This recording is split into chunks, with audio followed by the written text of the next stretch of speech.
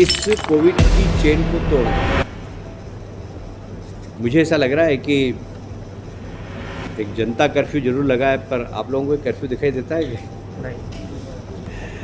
मैं आपसे आग्रह करूंगा कि सरकार शक्ति करे, पुलिस शक्ति करे, उसके पहले अपने स्वास्थ्य की चिंता हम सबको करना चाहिए, शहरवासियों को करना चाहिए। इस शहर ने सारे देश को प्रेरणा दी।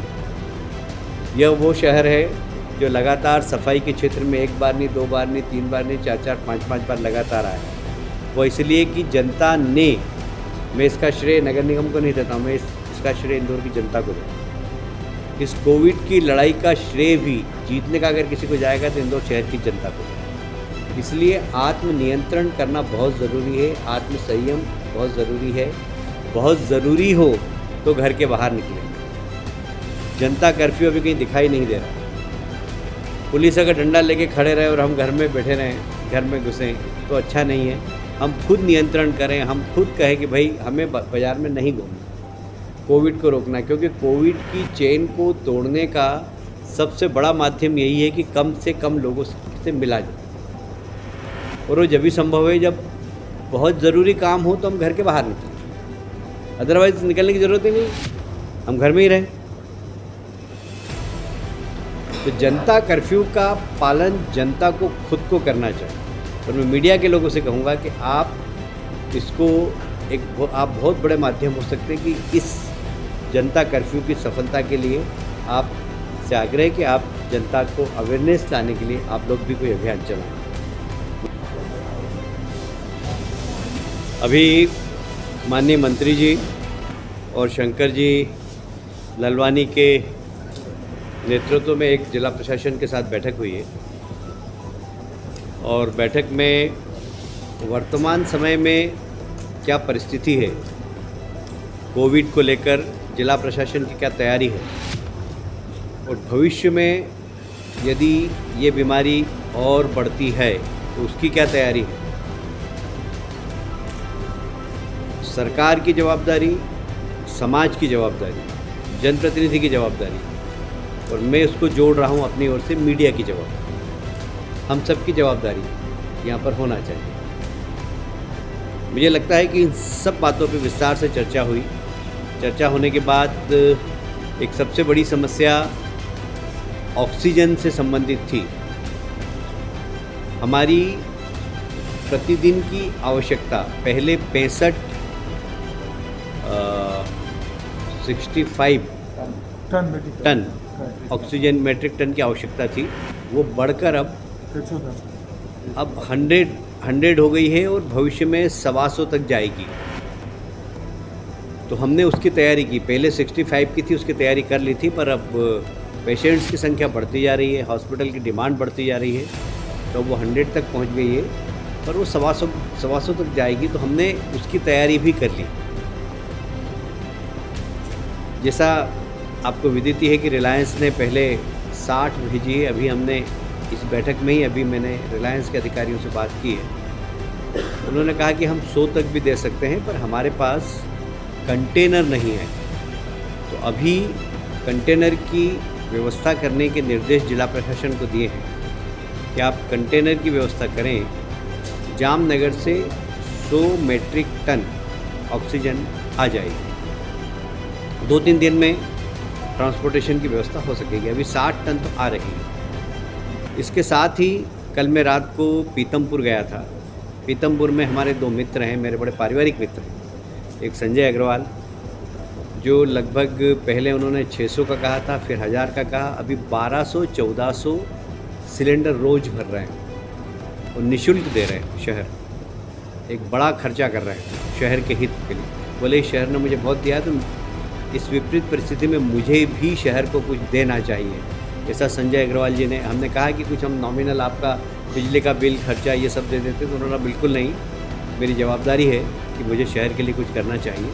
तो अभी 1200 से 1400 सिलेंडर डेली दे रहे हैं। क्या प्रोटोकॉल तय करें किसको लगना चाहिए, किसको नहीं लगना चाहिए। चाहे जो थोड़ा सा बुखार आता है, मेरे को रेमडेसिविर चाहिए, उसको चाहिए, आवश्यकता ही नहीं। जिसका ऑक्सीजन लेवल नीचे जाए सिर्फ उसी को लगाना है। तो अभी आधा पैनिक तो इसलिए हो रहा है कि किसी को भी बुखार आया तो खर्च सके तो मेरे को तो रेमडेसिविर चाहिए। तो इसका एक प्रोटोकॉल है कि जिसका ऑक्सीजन लेवल सिर्फ नीचे जाएगा उसी को देना है, सबको नहीं देना है।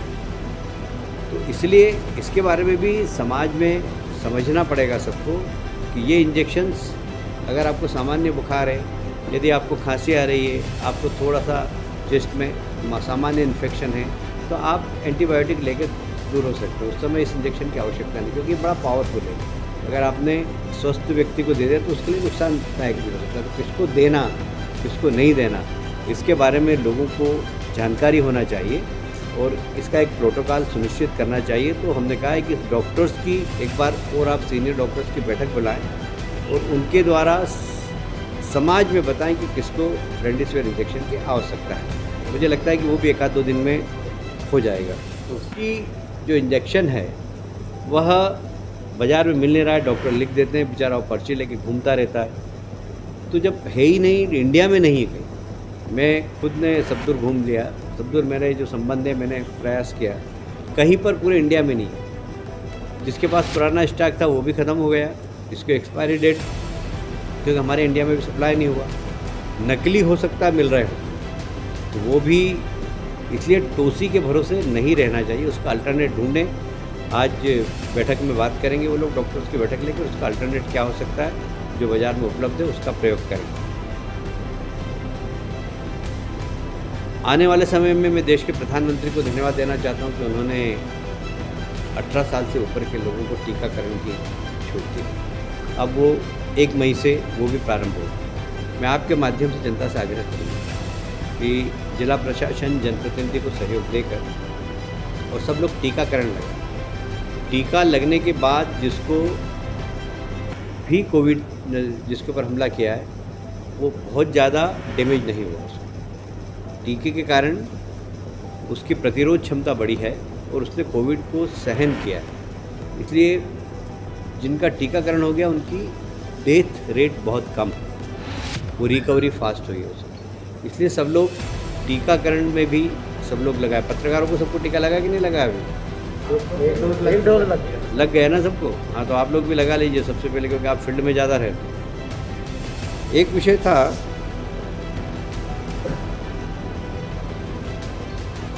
देखिए कल 6ठे चरण के चुनाव हैं और मुझे लगता है कि कल ही हम कंफर्टेबल मेजॉरिटी में आ जाएंगे। कल के मतदान के बाद 7वें 8वें में हमारी सीट 200 तक पहुँचेगी। तो हमारी जो तैयारी है वो बिल्कुल परफेक्ट है और हम 100% सरकार बनाएंगे। मैं आपको बहुत जवाबदारी के साथ कह रहा हूँ कि वहाँ भारतीय जनता पार्टी की सरकार बनेगी।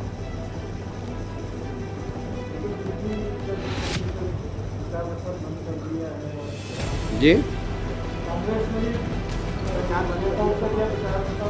कांग्रेस के प्रचार बंद करने से और प्रचार करने से बंगाल में कोई फर्क नहीं पड़ता। कांग्रेस है ही नहीं, और सिर्फ 2 डिस्ट्रिक्ट के अंदर कांग्रेस है, मालदा में और मुर्शिदाबाद। उसके अलावा कांग्रेस है ही नहीं। दोनों डिस्ट्रिक्ट में राहुल गांधी सभा करके आ गए, वहाँ लोग ही नहीं आए, उनका काम खत्म हो गया। राहुल गांधी ने बोला मैं बंगाल में सभा नहीं करूँगा। तो भैया तुम्हारे कार्यक्रम थे क्या पहले? ये तो बताओ कि तुम्हारा ये शेड्यूल था और मैंने कैंसिल किया। कोई शेड्यूल ही नहीं था। 2 जिले में कांग्रेस ने, वहाँ 2 जिलों में उन्होंने सभा कर दी, उसके बाद उनके पास कोई काम ही नहीं था। है जी, झूठ बोलने के बाद ऐसे ही होता है।